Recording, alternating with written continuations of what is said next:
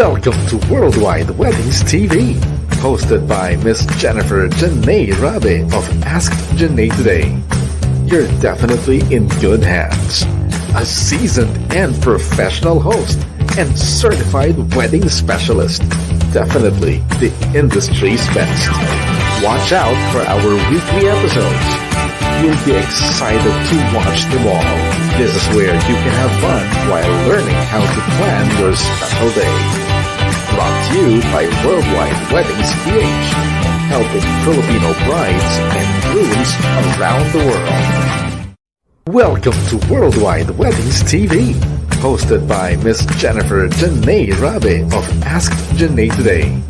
You're definitely in good hands. A seasoned and professional host and certified wedding specialist. Definitely the industry's best. Watch out for our weekly episodes. You'll be excited to watch them all. This is where you can have fun while learning how to plan your special day. Brought to you by Worldwide Weddings PH, helping Filipino brides and grooms around the world.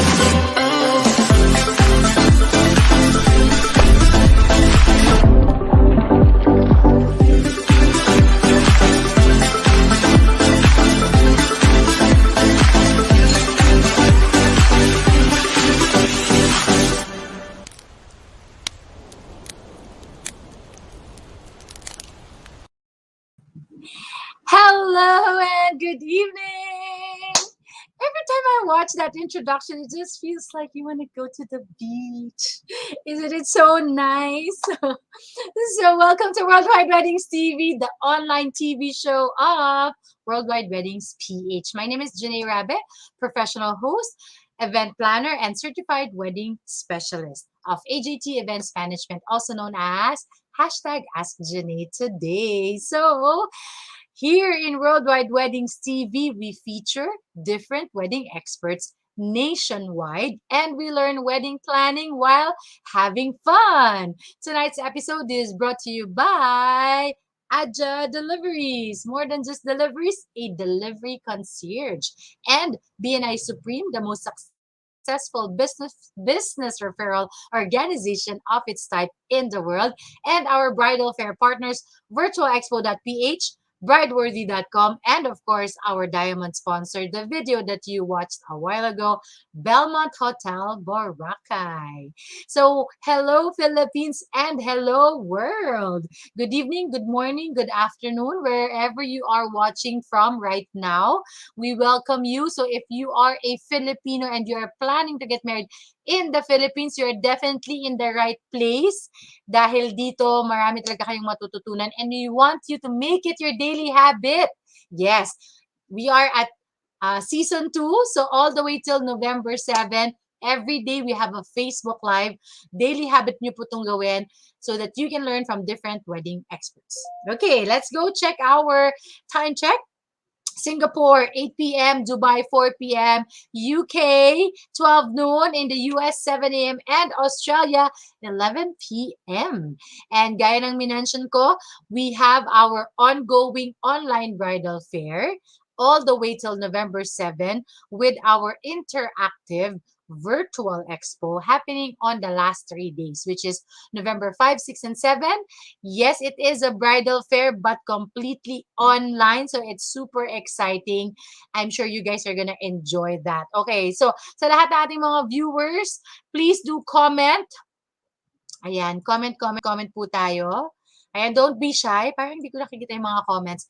Comment down below where you guys are watching from because everyone who is watching will be part. Okay, basta kailangan mag-engage kayo. You will be part of our raffle by the end of the week. So that happens on a Sunday night. Okay, so tonight's wedding expert, ladies and gentlemen, is the owner, finance planner, and coordinator of Fave Weddings and Events Iloilo. No other than Mr. June Bernard Moleno. Ayan, let's flash his wonderful poster.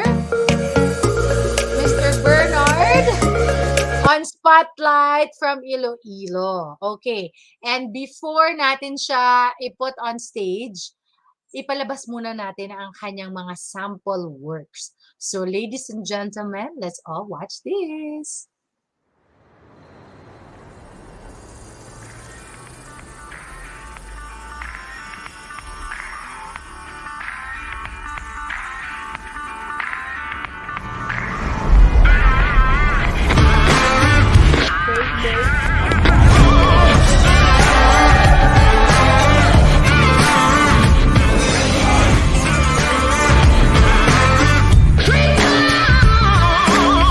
There's a train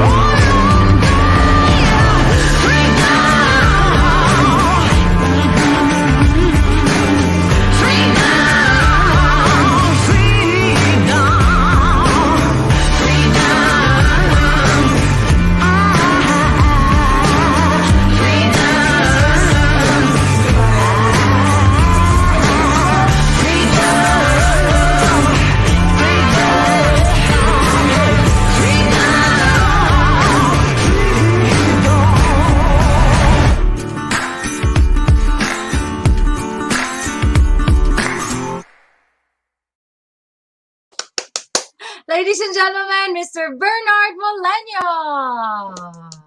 Hello, good evening everyone. Good evening, especially to our soon-to-wed couples here in Philippines and worldwide. So once again, another evening, another hour of learning session with us, with Miss Jen. Yes! Palakpakan naman natin si Bernard. So, Bernard, batiin mo naman yung iyong mga followers in your dialect. Ayan, alam ko marami kang mga viewers na nagsusupport. So, go ahead. Greet them all. Hello, good evening. Mayong gabi sa inyo nga tanan. For our couples, for our previous couples, and soon-to-be couples, and soon-to-wed couples. Mayong gabi sa inyo nga tanan. Ay naman kita subong sa isa ka gabi nga learning session. So, learn with us and please be open to ask any question. So, mayong gabi sa inyo nga tanan. Yes! O, diba? Ayan, gaya ng sinabi ko, our wedding experts ay nationwide. So, tonight, representing Iloilo. Oh, so baka nagtataka kayo, parang sabihin nyo, parang may napanood na ako similar na video. Yes, if you notice that, that is because Bernard is the better half of our wonderful Miss Faye, okay, of Faye Weddings Iloilo. So tonight naman, having him on spotlight, he will enlighten us with certain things about wedding planning during the pandemic. Ayan. So, but before that, Bernard, alam mo, lagi na lang si Faye kasi yung ini-interview namin. So, kayo naman, we want to hear on your side of the story, a backstory, a little backstory about your business, how you got started, and why you put up this business of yours. Yes. Actually, Fave started 7 years ago. So that's why we will be celebrating our 7th year anniversary. And watch out, we will have promos for that. We started ako at si Faye. That's why Fave. So Faye and Bernard. So Fave. Fabe, sometimes na-pronounce nila Fabe. Pero it's Fave, Faye and Bernard. So we started, it's gusto ni Faye mahilig siya sa sa ganoon, mga planning or organizing.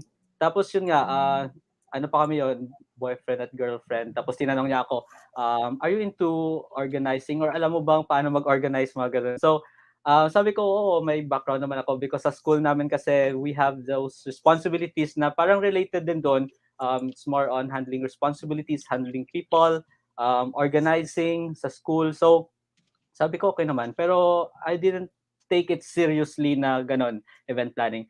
Pero mga few months pa at na-realize until we had that one event. I think that's baptism.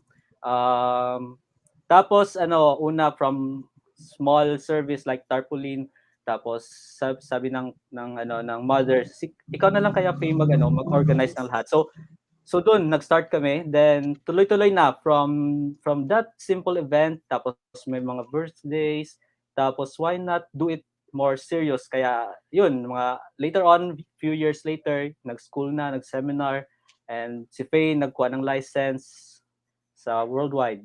So ganon, until na naging Fave na at serious business na Fave weddings and events. And we focus much ngayon sa weddings. And hopefully, on other events na rin, we will divert on some events, especially debut and birthdays. Pero si Faye, it's more focused on weddings. Yan. Oh, so alam nyo na, yung Fabe, hindi po siya isang tao, dalawang tao siyang pinagsama. Faye and Bernard, kaya Fabe or Fabe.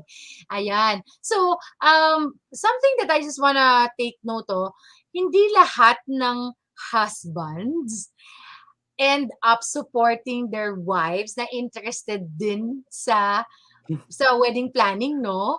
So I'm just so curious na was it parang did you feel like you were parang no choice ka na lang or because talagang medyo gusto mo din naman talaga?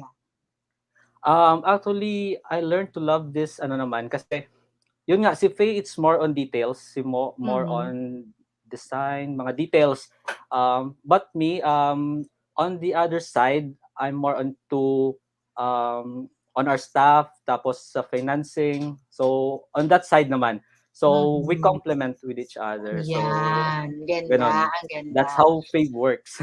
Oo, ang ganda, no? So parang you have your own strength and then your partner, Faye, also has your own strength. So that's why it makes it work. Yes, kudos to you guys. Great couple. Pero na-imagine Thank ko you. lang, no? Paano di pag nag-away kayo, okay, stop muna yung event, mag-away muna tayo na mag-asawang away. Ganon. Si Maris bahala. Magkasama na. Meron kang referee, may referee kayo, yung Oo. coordinator. Shout Okay, out kay stop. Maris. Round one. Ayan, okay. Sige, game. So, I have some questions here for you. Konti lang naman to, but I do Mm. know that these questions will help enlighten some of our couples, no, who are planning their wedding at this time of pandemic. Okay. So, dahil nga pandemic, a lot of the mga events are postponed or they don't know when they're gonna book suppliers and all that. My question is, how much earlier should couples be booking suppliers than normal? Or ano ba yung, parang compared sa dating pagbubook natin, ano yung change in time frame sa pagbubook ng Yes. suppliers? Pandemic Mm. versus pre-pandemic. Yes. Okay. So thank you for that question, Chan. Actually, dati kasi before pandemic, as soon as you have the date, iba nga 2 years before nagbo-book na, no? Nagbo-book na ng supplier. Kasi nga 2 years before they have set their date. Pero what makes it different ngayon sa pandemic is that even on choosing the date, nade-delay tayo eh. So even on the choosing of date, medyo na-delay tayo, and it also affects on how early we should book our suppliers. Kasi dati yun na, we book early kasi may mga promos, may mga early bird promos, so mga ganon. Pero sa ngayon, I think one also of the concern of the couple is the date. So that is why booking of suppliers medyo na-delay na din. Pero for me lang, with this matter, booking of suppliers still for me, I do recommend to have it as early as possible once na you have the initial date. Oh, okay. So bakit as early as possible? Kasi nga minsan may fear of ma-postpone yung event, yung mga ganon. Pero for me, earlier booking as soon as you have the date makes you have variety of more options. May it be on the performance of the supplier or may it be on the budget. So pag matagal pang event, let's say a year. So minsan kasi ngayon may mga nagbo-book na din a year. So you have plenty of suppliers to choose from. But if you have medyo malapit na ang event, marami na din na nagbo-book sa ibang suppliers. So yung options mo na narrow down na. So you don't have options. So options usually it's more on the performance, on the quality or level ng budget mo din. So pero yun nga, even we have to book our suppliers as early as possible, we have to be to check on them, especially ngayong pandemic, though na we have the dates, may mga tendencies na ma-move or ma-postpone siya later on. So you have to check with the supplier if they have the clause on their contract na nagsasabi na your booking with us is movable on other dates. Pero yun nga, on the contract kasi it's usually movable pero non-refundable on the cancellation. So you have to check even on that part na movable siya. At least if ever na yung date ng wedding mo is ma-move, you have the safety naman na you can still avail the service pero ibang date na. So yun yung importante, even you book it early. So yun, tandaan natin, we can book as early as possible. We have to check if the date with the booking is movable. And once we've checked na movable siya, check din natin if they will have an extra fee for the postponement of the date. Kasi yung iba may extra fee. At least before we book them, we know this these factors or kung ano ang mga agreement with the suppliers. So pero another thing is kasi nga ngayong pandemic, maraming nagmo-move ng date. Then marami din ang nagbo-book on a certain date. So may tendency na gusto mo i-move on the certain date pero may nakabook na on a supplier na same supplier na gusto mo.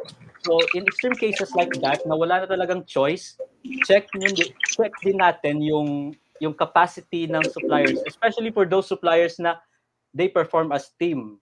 So, kaya ba nila mag-double event in extreme cases like that na wala nang choice yung date mo. So, kaya ba nila mag-double event kasi may team 1 sila or team 2. But don't ask this host na hindi kaya ng host mag-buy location. So, isa lang siya.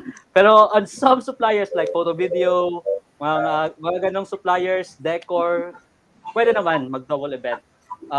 So, one thing to consider then on bookings ng supplier natin. So, those are the suggestions na masasabi ko. Yes.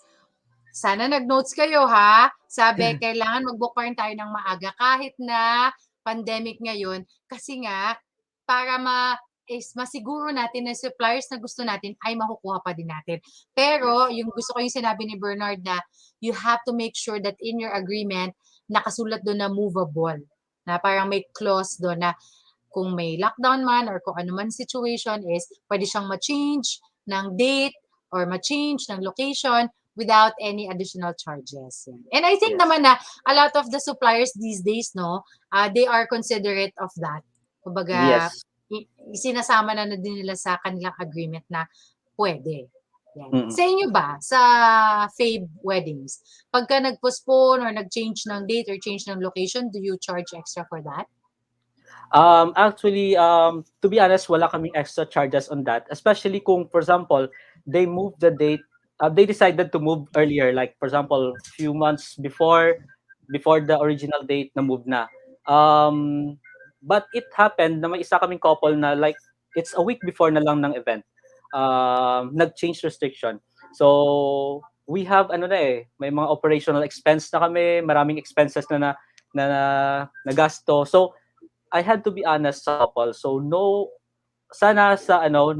extra charges. Pero I told them na may mga expense na kami. So if we move the date later on, same thing na gagawin namin, may mga expenses kami na mag-add on that. So they understand naman. So at least both of us nag-agree on that.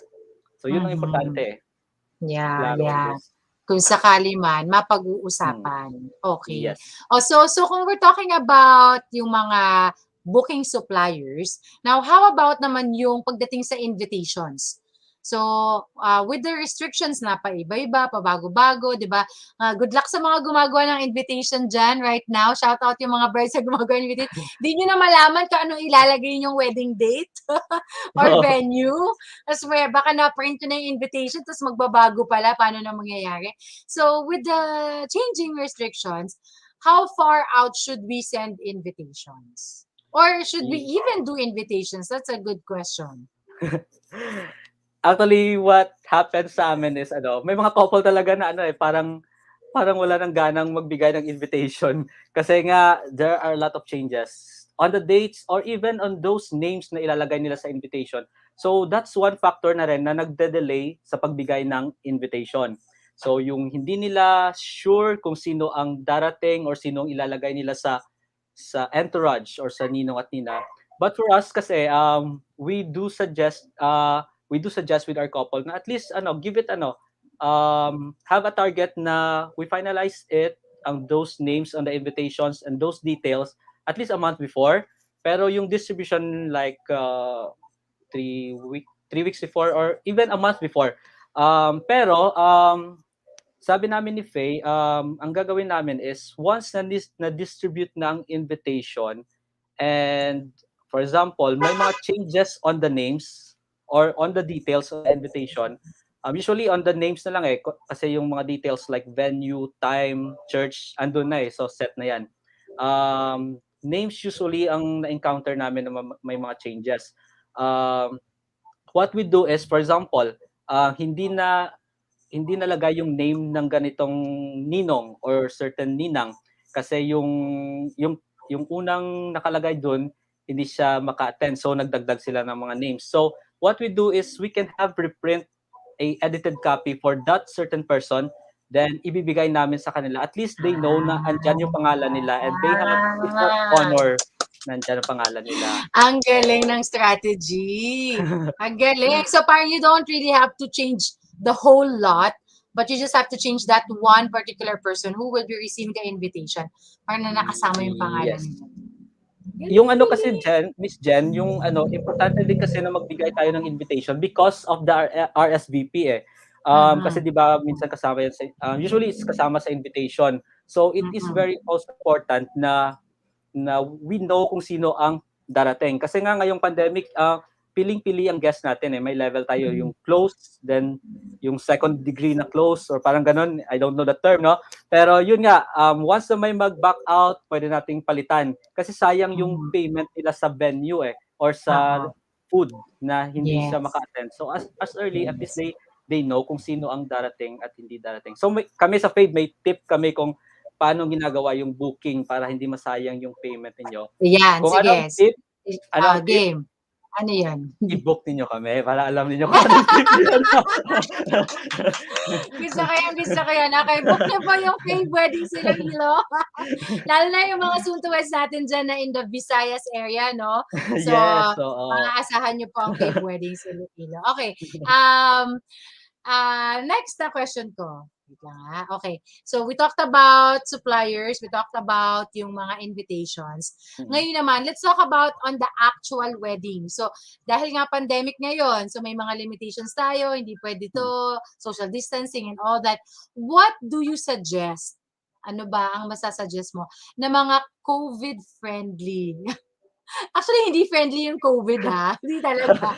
But, parang COVID-friendly activities during a wedding. Meaning, ano yung mga creative ideas that you've come up with in the recent, alam ko that you've done several weddings na during this pandemic, na hindi tayo lalabag sa mga protocols or hindi tayo magiging super spreader, yung tawag nila dun, di ba?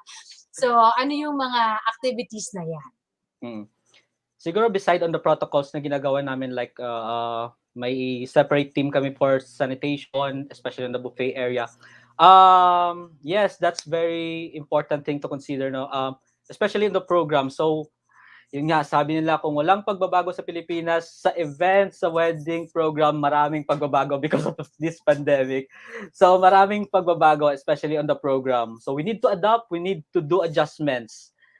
Considering this health protocol. So what we do is, first off, once the guests arrive or settle down, we start the program by making the guests aware of the health and safety protocols. But, di ba minsan medyo boring pag enumerate natin lahat ng protocols. What we do is we have it with a twist. So, doing it in a manner na parang icebreaker siya. So, may dance step siya, so tinuturo siya sa guest, tapos all the guests sasayaw together with that dance step, pero ang dance step is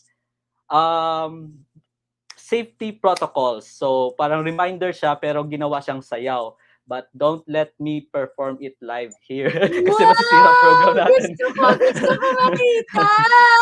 Wait, may video ka ba niyan? Sasayawin nila. Parang yung activities and icebreaker na sasayaw sila. Yes. And sa pagsayaw nila na yon, ma-remember nila yung mga protocols. Yes, yung health and safety protocols. So may dance step siya. may kanta din siya. Ang music is open for any music, pero yung dance any music, pero basta meron siyang action. Ang Yes. galing, gusto ko makita. Ayan nagko-comment na si Lalyn. Hi Lalyn, sabi ni Lalyn, sample Sir Bernard. Sample, gusto ko din na sample. Come on. Nako, baka mabawasan yung viewers natin. Pero later baka may video kami on that. So, kasi parang mob dance siya. Parang ganon. Okay. Sige, gusto ko makita yon. Okay, sige. So, that's a good one. So, that's one. Okay, what else? What other activities? On wedding traditions, especially yung nagsasabit ng money, the money dance. So, instead of pinning the money, we provide the treasure box. So, in front of the couple na sumasayaw. So, it's transparent. Makikita talaga yung laman ng box. Tapos, yung box na yun, naka-lock. And the key is given to the groom. So hindi siya so sa groom talaga yung key ng So that change from instead of pinning, to avoid na crowded tayo na naglalagay ng pera sa bride and groom, and yun nga, less touchy na activity. So that's one Yeah. thing on the wedding traditions. Yun naman, Yes. on the games naman, on the games. So nawala na yung give me what I want. Example, dati, give me a pustiso. Alam nga naman, buhusan natin ng alcohol yung pustiso. So wala na yan. So wala na give me what I want. So pero yun nga, ang less touchy games, we can use raffle. Electronic na ruleta. So pwede yan sa LED wall or sa projector. Um, Mm-mm. on bachelor and bachelorette games, so nawala na yung like the style na trip to Jerusalem, yung mga kinakabayo ng girls yung guy, like we have the pins sa katawan ng lalaki. So wala na yon.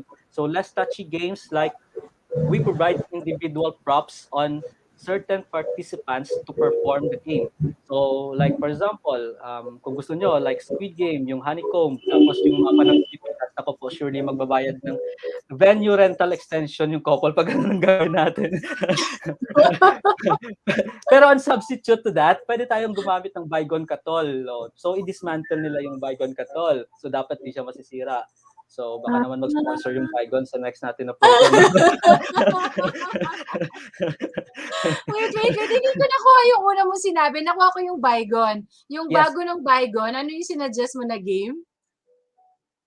Yung honeycomb sa Squid Game, yung ginagawa nila. Ah! Let's go, Pero yun nga, Squid Game. lang yun. Parang joke lang yun. Joke lang yun, okay. Kasi nga, kung mapa ng Pilipinas yun, talagang mag-extend ng rental sa venue ng Mag-extend couple. tayo. Matatagalan tayo. Matatagalan Okay. tayo doon. Pero yung alcohol, yung katol, talagang ginagawa niyo yun na game. Okay yun kasi ako nagagano'n din ako ng katol Di ba mahirap yun? Mahirap siya, tapos kailangan hindi mapuputol yung Yes. yung So coil. magbibigay ka lang ng gloves sa participant, please, kasi bygone katol siya. Pero what we usually do naman sa may mga sample kami na games sa bachelor and bachelorette games. For example, sa mga babae, we put sticky notes sa mga ladies, then they need to dance and shake it off para malaglag. So yung maraming natitira na sticky notes, so siya yung next bride to be. And sa mga lalaki naman, yung patigasan ng talong. So yun, ang patigasan ng talong. So each one of them may talong. So fresh na talong. So they have to rub them. So bawal sa pisilin. So rub lang talaga. So like we give them 2 minutes or even a minute. So i-rub nila yung talong. So hanggang sa lumambot yung talong. So yung guy na matigas ang talong, after a minute, siya yung groom to be. Gusto ko yun I love it. Yung talong gaganunin niya. So ibig sabihin, kailangan mapalambot niya yung talong. So kasi sino yung may matigas pa na talong, siya yung Yes. paano kung isa-squeeze niya ganon? Na siya? Eliminated na siya. Technical na siya. Bagong talong. Okay. That's fun. Okay. So, can you see, sa mga suntuweds natin, we can be creative with the activities that we will do. We don't necessarily have to do the same activities that we do na medyo nagdidikit-dikit tayo. So para to keep our distance and to keep us all safe. Yan. Yes. Meron ka pa bang baon, Sir Bernard? May iba ka pa na activities? Actually, maraming activities. Pero yun nga, we do suggest na less touchy games, and we may social distancing on the games and sanitation. Yes. Ayan. Okay. Very good. So sana po ay may napulot kayo at sana po ay nag-notes kayo dyan. So ngayon, ang question naman natin is, sa mga nasa, pandemic wedding period, at what point sila dapat mag-decide kung kailangan na ba nilang i-postpone yung wedding nila o hindi? Yan. Yes. Mahirap sagutin yung tanong na yan. Yes, actually medyo mahirap yung on that part na kailan mag-decide na mag-postpone. So actually yes, we do encounter a lot of of that thing na nangyari sa event namin. As soon as you know na there are factors that might affect the wedding date, na ituloy yung wedding ninyo, let your coordinator know. So don't wait na kung saan malapit na. So be honest to relay to your coordinators kung ano ang status ng event niyo. May second thought ba, decided ba, or may mga initial decision na kayo. Kasi we help you naman assess the situation, and we relay it to your book suppliers. Even on that part pa lang na may second thought na kayo na ituloy yung event. Kasi for us kasi suppliers, we do we based our schedule we plot schedules months prior or weeks prior, days prior. So yung binabantayan namin is dates kasi it's not only you yung naka-plot diyan. May mga other din. You have to understand that there are a lot of couples na din na they need our service. So if we know na may mga ganong thoughts, we relate it then to the other suppliers na na concern on that, especially for those na like for example the invitation, the decoration na bumibili sila kasi ng mga materials for the wedding. So to avoid unnecessary na advance expenses and the operational expense for them, let them know as early as possible. So I think that's a very generous act na gagawin ng couple as clients for their suppliers. Let us know your decisions, even to the point pa lang na nagsa-second thought kayo. So wala naman tayong magagawa talaga if the event would not take place on the original date. So wala tayong magagawa, especially on the restrictions or on some factors that would affect the event. But you have to understand naman na as much as possible inform us. So wag niyong itago sa amin kasi as your coordinator, we help you assess the situation, and we help you to relay these plans to your suppliers. So be honest. We understand naman the situation. Just let us know ahead. So as soon as possible, let us know. Okay, so the answer to that is as soon as possible. Pero ito Yes. yung challenge doon, Bernard. Paano kung yung couple mismo is, urong-sulong sila? Like, they want to postpone, they don't want to postpone. So, parang they're still waiting and parang nananalig pa sila na pwede pa rin ilaban, pwede pa rin i-push, kaya di pa sila mag-final na decide na postpone na lang. What's your advice to that? For me, yun nga, medyo mahirap yun kasi actually we do encounter couples na couple na ganun. Hindi kasi namin, we can't push the event na mag-take place kasi bottom line, it's the decision of our couple. For us, we give them the assessment. So we give them yung ganito ang pros and cons. Minsan ang tinatanong sa amin, by this month ba mag-change yung protocol? Actually, to be honest, we don't know when the protocols change. May it be maging strict or medyo loose. We don't really know kasi it will be based on the current situation on the certain area. So, ganito lang sinasabi namin. Set the date na medyo safe, feeling niyo is safe. So, check natin. For example, ongoing yung vaccination. So, probably by next few months or may change na of protocol.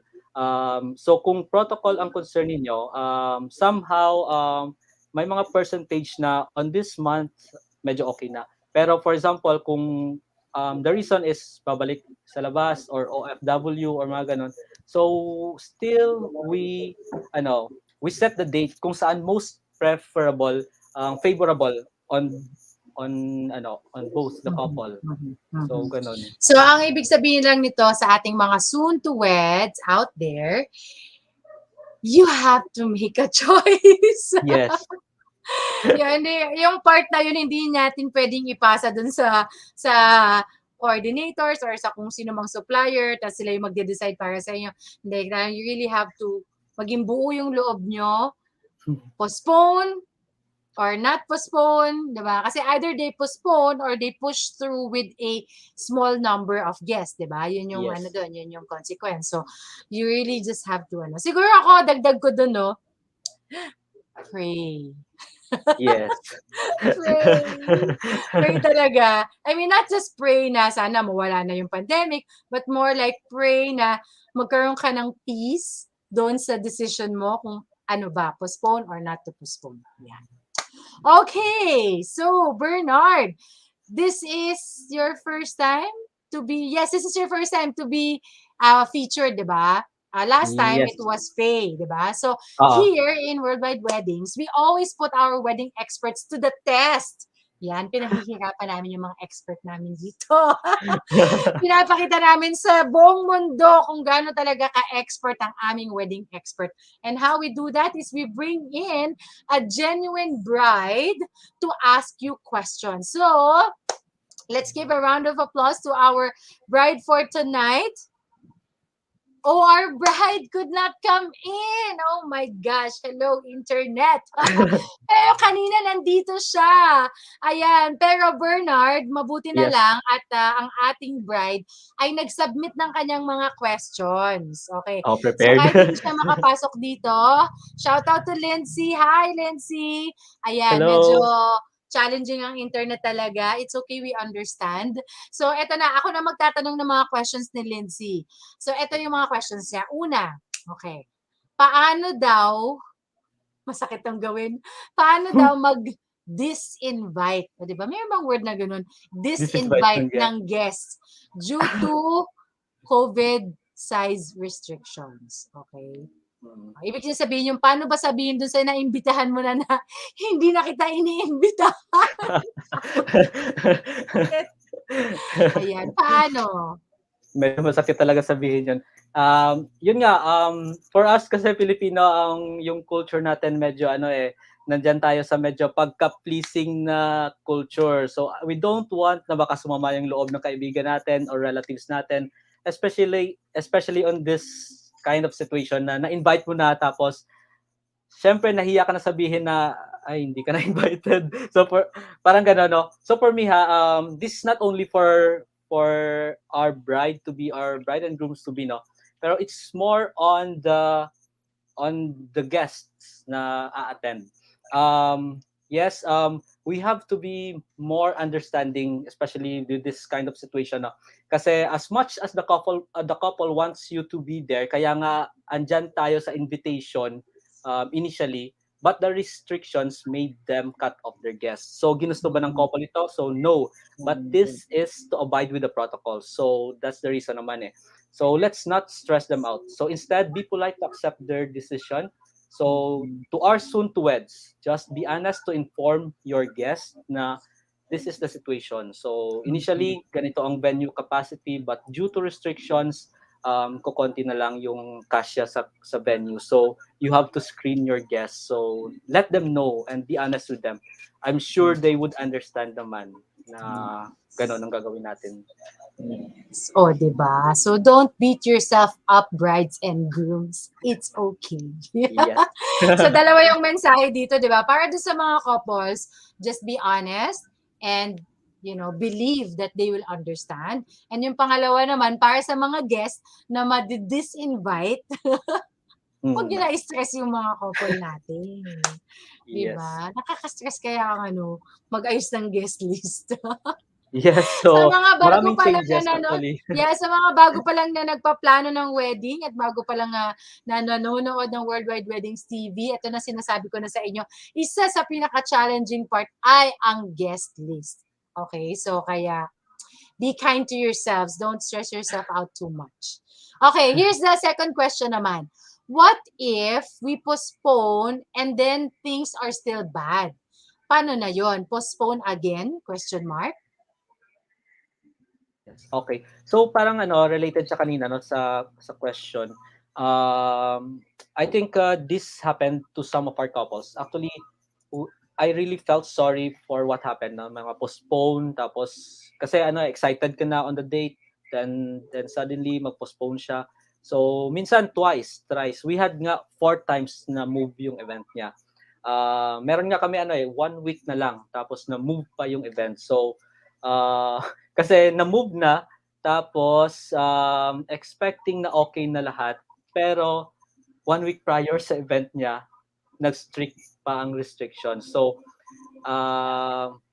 Yun, medyo mahirap talaga. Pero sabi nga ng Globe, go lang ng go. Nako, baka mag-sponsor naman ng Globe sa atin, no?